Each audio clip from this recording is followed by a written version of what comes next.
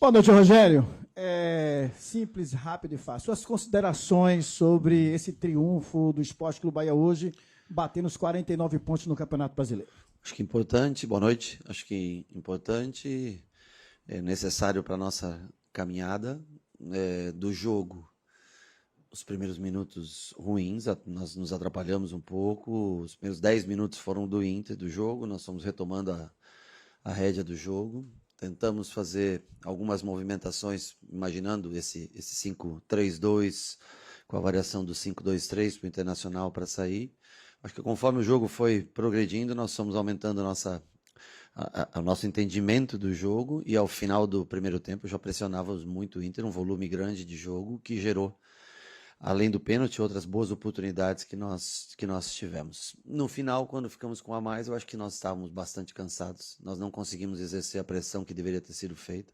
Uma ou outra encaixe com o Thiago, com William e Kaique no final foram bem feitos, mas a maioria... E depois demos oportunidade em faltas bobas, como aquela bola, por exemplo, do Gilberto, fazer uma falta, jogador de costas, dar a chance do Inter cruzar a bola para a área. Então, assim, não foi, acho que um jogo espetacular. O jogo do Grêmio foi muito superior, foi melhor jogado. O Inter também se defendeu mais, tinha mais gente atrás da bola, na linha de defesa.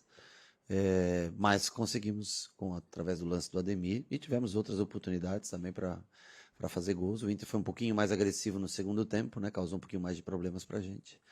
Mas saímos vencedores, que era o que importava para o dia de hoje. Rogério, boa noite. Você está contando já com alguns retornos, o Eric, o Juba, por exemplo, Sim. Voltando ao time. Mas eu queria falar do David Duarte. Se esse começo do jogo também tem um impacto da ausência da saída de bola do David Duarte nesse jogo de hoje. Olha, o David faz falta, está num momento ótimo. Tecnicamente é um jogador que ajuda mesmo na construção, mas eu acho que o problema não foi nem na construção em si. Nós talvez entramos um pouco desconcentrados, ou talvez um pouco emocionados pelo resultado do Grêmio, que foi um jogo de domínio total, e não tivemos a atenção necessária, a concentração necessária no início do jogo. Não posso dizer, o Gabriel fez um bom jogo. Para mim, Santi hoje, o grande jogador, principalmente no primeiro tempo, foi talvez o melhor jogador da partida. Claro que o Ademir faz a jogada que dá o pênalti, né? O William faz o gol, mas o Santi foi da mesma maneira que eu elogiei o Nico, né? No jogo passado, que eu falei, hoje para mim o Santi fez uma partidaça, defendendo e construindo, foi muito bem nessa questão. Eu acho que o Gabriel, na bola aérea, defendeu bem, ajudou bastante. Não tem a mesma construção, é um jogador diferente do que é o David, mas também ajudou bastante a gente hoje. Mas eu acho que muito mais falta de concentração e foco no jogo nos primeiros 10 minutos do que um problema de um David na zaga. Boa noite, Rogério. Você falou aí há pouco do Azevedo, me permita voltar ao assunto, porque você falou na semana passada, no último jogo. Eu lembro de você ter falado algumas vezes que o Azevedo, em alguns treinamentos, passava uma hora praticamente, né, fazendo o mesmo movimento, receber de costas, girar e sair para jogar. Que chegava um momento até que ele precisava descansar de tanta repetição que ele fazia esse movimento. Você também já falou que o Azevedo não é o Caio Alexandre, são características diferentes. Mas a volta do Bahia a controlar os jogos passa também por esse bom momento do Azevedo, ou seja, não é coincidência, né? Ele melhorou bastante nesse quesito. Qual o tamanho da importância da sua equipe de trabalho e a dele, né? Um cara de 26 anos conseguir transformar o seu jogo, não se tornar um Caio Alexandre, mas te dar a oportunidade de retomar o controle das partidas. Não é uma hora que ele fica, claro, fazendo, mas ele trabalha quase todos os dias com o Leandro, com o Nelson, o próprio Charles. Eu agradeço por ter essas pessoas comigo todos os dias, porque eu posso me dedicar mais à parte tática do jogo e cada um tem a sua função no desenvolvimento da equipe. O Leandro mais no desenvolvimento pessoal, no desenvolvimento de um jogador, muitas vezes, e o Nico trabalha bastante. Ele fica ao final do treino fazendo esses movimentos de receber, girar. Ele melhorou muito nesse sentido. Ele não é Caio Alexandre, mas o Caio Alexandre também não é o Nico, se fosse falar dessa maneira, certo? Talvez nunca terá a parte técnica do outro, assim como o outro talvez nunca conseguirá ter a parte física. Então, são jogadores que, se juntassem as valências, daria um jogador perfeito, o 5 perfeito, né? Mas ele melhorou muito. Eu acho que evoluiu bastante e dentro do modelo de jogo ele tem sido fundamental. Acho que o jogo dele contra o Grêmio foi espetacular. Acho que hoje ele fez um bom jogo, perdeu uma ou outra bola. Mas eu acho que do que nós conhecemos do Nico em 23, quando nós chegamos aqui, que era um volante 5 de pegar, roubar, entregar. Hoje ele joga bem mais, ajuda bem mais o time. Acho que talvez até o próprio Caio, a presença do Caio, faça com que ele entenda essa necessidade de evolução para a posição. Boa noite, Rogério. Com relação a goleiros, eu queria que você falasse sobre o Ronaldo, porque há um tempo atrás, o que o torcedor queria era que chegasse um novo goleiro, até chegou o João, que ainda não estreou, e não tinha uma confiança no Ronaldo. E o Ronaldo tem tido grandes jogos. Eu queria que você falasse a respeito desse momento do Ronaldo e como está a confiança do goleiro Ronaldo. Bom, eu acho que é o melhor momento dele aqui, vem de, sei lá, os últimos 6 jogos aí fazendo grandes defesas, nos nossos triunfos aqui, normalmente com 0 no placar, sofrendo poucos gols, né? A participação com o pé dele, há uma melhora considerável, porque isso eu encho bastante o saco deles no dia a dia, fazemos, né?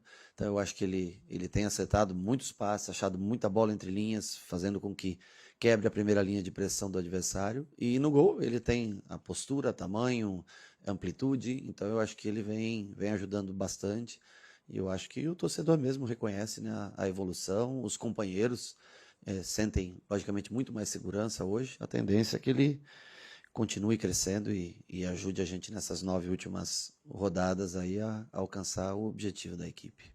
Boa noite, Rogério. O Bahia faz uma ótima campanha dentro do Campeonato Brasileiro e melhor ainda dentro de casa. Mas o Bahia venceu 3 adversários gaúchos em casa e fez 8 gols, não sofreu nenhum. Isso diz algo para você ou é coisa apenas estatística do futebol? Por ter vencido os 3 times gaúchos? Os 3 times gaúchos. Isso é coisas do jogo, do futebol. Eu fico feliz quando a gente vence, principalmente quando a gente vence sem sofrer gols, principalmente quando a gente vence tendo muito mais oportunidades que o adversário, muito mais controle de jogo que o adversário, independente de quem seja, né? A gente fica muito feliz de ter vencido o Palmeiras e Flamengo aqui, que são os 2 que despontam no Campeonato Brasileiro na briga pelo título. E também fica feliz de ter vencido o Inter e Grêmio em sequência, né? Eu espero, nós temos ainda o Inter fora de casa e o Juventude fora de casa, que a gente possa conseguir somar pontos para a tabela final, para ajudar a gente a conseguir uma vaga direta para a Libertadores. Mas é uma coincidência só. Boa noite, Rogério. Gostaria que você falasse sobre a importância do retorno do Eric. Ele que ficou 5 meses e um dia afastado por lesão, e agora com essa reta final, né, alguns jogadores desgastados, outros no departamento médico, o Everton se recuperando. Qual a importância de você contar com o retorno do camisa 14 nessa sequência de campeonato? Muito, eu acho que ele vem já treinando bem. Eu tentei levar ele para o jogo contra o Vitória, mas o pessoal do departamento médico não quis comprar. Ele já vinha treinando há uma semana comigo, que precisava de mais treinos, nós não levamos. No último jogo deram 15 minutos para ele, para começar a se adaptar. Eu não consegui colocá-lo no último jogo. E hoje eu já estava com esse intuito de colocá-lo no jogo. Eu achei Jean Lucas e Michel já bastante cansados. Nico também, mas quem iria sair, na verdade, era o Jean Lucas e não o Nico. Mas com o cartão amarelo, o Nico também já chegando... O Nico já bem cansado dos 2 últimos jogos, com o cartão amarelo eu preferi colocar o Eric de primeiro. Ele tem treinado muitas vezes de primeiro com a gente, né? Muitas vezes treina ele, Nestor ou Michel e Cauli no meio campo. E, logicamente, a melhor posição que ele mais rende é de 8 e não de 5. Mas na necessidade do jogo, bom jogo aéreo, é um menino comprometido, trabalhador, fico muito feliz pela volta dele. Lesões assim de tempo longo de recuperação, elas... pesam bastante, que ele possa também ajudar a gente a ter mais minutos a cada jogo que vier. Boa noite, Rogério Ceni. Algumas entrevistas atrás eu fiz um questionamento para você com relação à solução de continuidade. Já tem um tempinho. E por conta muito da cobrança da torcida com relação à necessidade de contratações, talvez o Bahia tenha queimado etapas para o planejamento que foi anunciado com relação aos resultados, né? ao nível que o Bahia poderia chegar. Nesse momento, o Bahia passou por um momento de dificuldade extrema por conta da falta de atletas, por contusão, por lesão, enfim.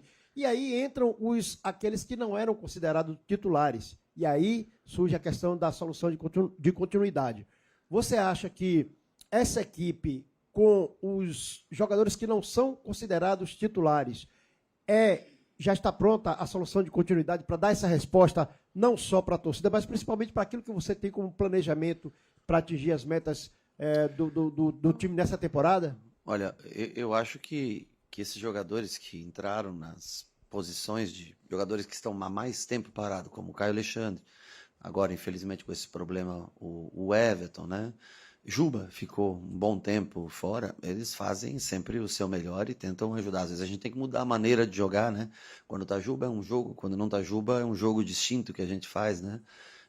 Pulga, por exemplo, né? Um jogador que faz muita falta pra gente, que tem feito muita falta pra gente. Eles fazem o melhor possível, logicamente, que quando você faz a troca, você tem esses jogadores lesionados, você vai colocar os seus substitutos para jogar. E aí as trocas serão por garotos, como você falou, que a gente tem que acelerar o processo, por garotos que tiveram oportunidade, como o Rampab, como o Cauê Furquim, como o Thiago, que veio amadurecendo e com a saída do Lúcio ficou praticamente o primeiro jogador a entrar no lugar do William. Nós estamos tendo que acelerar e normalmente você não tem tão bons resultados quanto um time já organizado, completo, que tem um padrão de jogar. Mas eu acho que todos têm ajudado na medida possível. Esse jogo é do primeiro turno, né? Em tese, né? Eu não considero muito porque você continua 19 e depois 19. Mas se você for analisar, é o melhor primeiro turno da história do Bahia. São 33 pontos conquistados. 33 pontos não é uma média baixa, né? E a gente vem num segundo turno agora, eu acho que com jogadores voltando, podendo tentar crescer, né? Juba hoje jogando 60 minutos, não sei se ele vai ter condições para o jogo do São Paulo. Eric entrando hoje no jogo, podendo ser uma alternativa para, sei lá, 30, 40 minutos contra o São Paulo. E a gente espera a volta também do Caio, que é importante, do Pulga, que é importante para a gente. O Canu voltando, e eu não consegui dar uma oportunidade para ele, ele ia entrar até no lugar do David no último jogo, quando o David tomou uma pancada, e o motivo que o deixou fora foi esse do jogo hoje. Mas a gente quer rodar, quer botar todo mundo para se sentir parte, se sentir importante do grupo. Nem sempre a gente consegue. Nestor e Michel estão tendo minutos, agora com a saída do Everton, enfim. Para isso serve um elenco, isso mostra a força do elenco que consegue minimamente competir e se manter no alto da tabela. Boa noite, Rogério. Queria que você falasse um pouco sobre o William José, ele que tem 3 gols nos últimos 3 jogos. Queria que você falasse sobre o bom momento dele. Sim. E assim, há pouco tempo atrás se falava que a posição de camisa 9 era a mais carente do Bahia. Quero saber a sua visão sobre o assunto. Olha, o ataque talvez seja a posição que a gente tenha menos jogadores. Se olhar para os zagueiros, hoje nós tínhamos 2 zagueiros do banco, mais o Rezende, que pode fazer a função, 3. Fred estava em condições, vai jogar no Sub-20 amanhã. Então nós temos jogadores para essas funções. O Juba voltando, nós temos 3 laterais esquerdos, né? O meio campo mesmo, com todas as ausências, nós temos jogadores para colocar. Então o ataque é o setor mais sensível.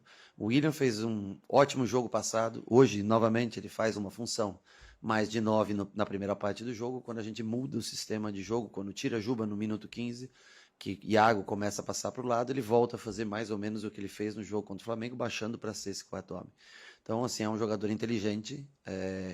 Ele não tem, logicamente, a mesma condição física do que um garoto de 20 e poucos anos, ele é um pouco mais pesado, mas ele te dá muita sustentação. É um jogador que acrescenta muito na parte técnica. E cabe a ele tem mais um ano de contrato aqui, né? Cabe a ele sempre tentar evoluir, melhorar, se cuidar. Faz parte, alimentação, tudo. Faz parte para que ele se mantiver no peso, se ele conseguir entrar cada vez mais em forma, ele é um jogador inteligentíssimo e extremamente útil. Ele talvez não tenha sido o melhor jogador em campo em nenhum dos jogos, mas ele está aqui no top 3 ali, ele nos últimos jogos ele teve participações decisivas para a gente. Boa noite, Rogério. Queria que você falasse um pouco sobre o encaixe. Hoje você optou em iniciar com Juba e Sanabria, mesmo sabendo, eventualmente, de uma formação com 3 zagueiros do Internacional. Tradicionalmente, nós temos muitas dificuldades em desenvolver bons jogos com 3 zagueiros no time adversário. Isso, no time adversário. O Bahia tem essa dificuldade. Foi assim contra o Vitória, por 2 vezes, no segundo tempo do primeiro jogo da final, foi assim no Barradão também, e o Bahia não consegue desenvolver bons jogos, muito embora a gente tem visto que o Bahia perde gols, né? O Jean Lucas perdeu um gol, o Ivan fez boas defesas, e no segundo tempo você alternou para o Thiago e para o Borducci. Você pensa em manter esse encaixe para jogos com 3 zagueiros com o adversário, ou você pensa em manter a formação clássica com Juba e com Sanabria?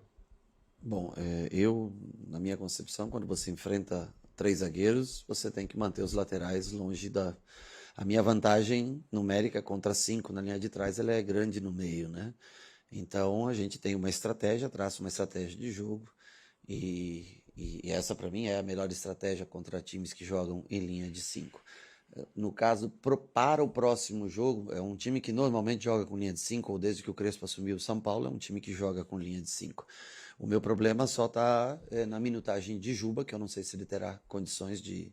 Ele jogou um pouquinho mais até do que era previsto para hoje. Eu não sei se nós teremos condições de usá-lo. Aí nós vamos dar uma olhada como ele vai, como ele se recupera desse para o próximo jogo, porque depois nós temos um tempo maior para o jogo do Bragantino, né?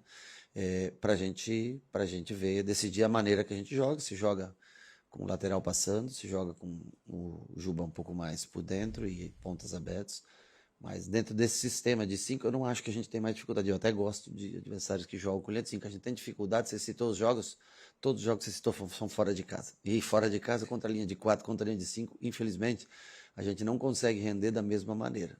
O que não deveria ser um empecilho para isso. Mas eu acho natural até você ter Sanabria contra uma linha de 5. Boa noite, Rogério. Eu gostaria que você Sanabria falasse... ou qualquer ponta, né? Desculpa. Tudo bem. Boa noite, Rogério. Eu gostaria que você falasse sobre uma possível previsão de retorno do meio-campista Everton Ribeiro, ele que voltou a treinar agora nessa terça-feira. Então tem esse anseio muito grande por parte do torcedor. E aproveitar aqui que sou o último a perguntar, falar também sobre o gramado da Fonte Nova hoje, após dias de muita chuva, especialmente hoje. Sobre o Everton, eu sei que para esse jogo ele não volta, ele ainda está na academia fazendo trabalhos, né? Nós temos que analisar a evolução dele no dia a dia, quem sabe até para o próximo fim de semana contra o Red Bull, que é no domingo, né? No outro domingo, dependendo da evolução dele nos treinamentos, de que intensidade possa aplicar nos treinamentos, ele possa estar já relacionado. Senão aí é uma questão médica mais, e eu não sei como é que está a programação para ele, o foco nesses dias, eu sei que eu não posso utilizá-lo, então eu tiro um pouco o foco dele para olhar para os jogadores que estão à disposição. Conforme o departamento médico passe para a gente no decorrer da semana, nós saberemos se ele pode ir contra o Red Bull ou mais uma semana. Enfim, eu acho que o principal nesse momento é a recuperação dele, né? A saúde, né? Não é uma questão de lesão, né? É saúde, né? Então esse é o principal, que ele se preocupe em recuperar a saúde, esteja pronto. E aí, quando ele estiver pronto, nós vamos analisar se ele tem condições de alguns minutos, se ele tem condições de começar um jogo, de jogar 60, 70 minutos, ou se entrar no decorrer do jogo. E você me perguntou sobre o gramado, eu acho que a chuva até ajudou um pouco a sustentar, e o gramado mostrou uma drenagem muito boa, né? Eu lembro daquele jogo Fluminense, acho que vocês vão lembrar que parou o jogo e tudo, né? Hoje não, hoje choveu bastante, e o gramado, eles não cortaram a grama, porque também acho que não tinha como cortar a grama, porque eu não lembro de parar 1 hora, 2 horas a chuva aqui em Salvador nos últimos 3 dias, né? Então fica um pouquinho mais fofo, mas ele também é um pouco mais alto, faz com que a bola não leia as imperfeições das emendas da grama, né? Então eu acho que nesse sentido foi um gramado que surpreendeu positivamente a gente. Ainda precisa de alguns ajustes, principalmente nesses passes laterais e nessa faixa de campo, esses últimos 14 metros de largura do campo na frente do banco de reservas, ali é a área que está com mais problema. Mas acredito que seja, eu não sei se tem show aqui nesses dias ou não sei, eu ouvi falar alguma coisa. Mas eu acho que a gente vai ter um gramado ainda melhor. Mas com relação à drenagem, fantástica, o gramado aguentar um jogo com, sei lá, 150, 200 milímetros de chuva aí nesses últimos dias.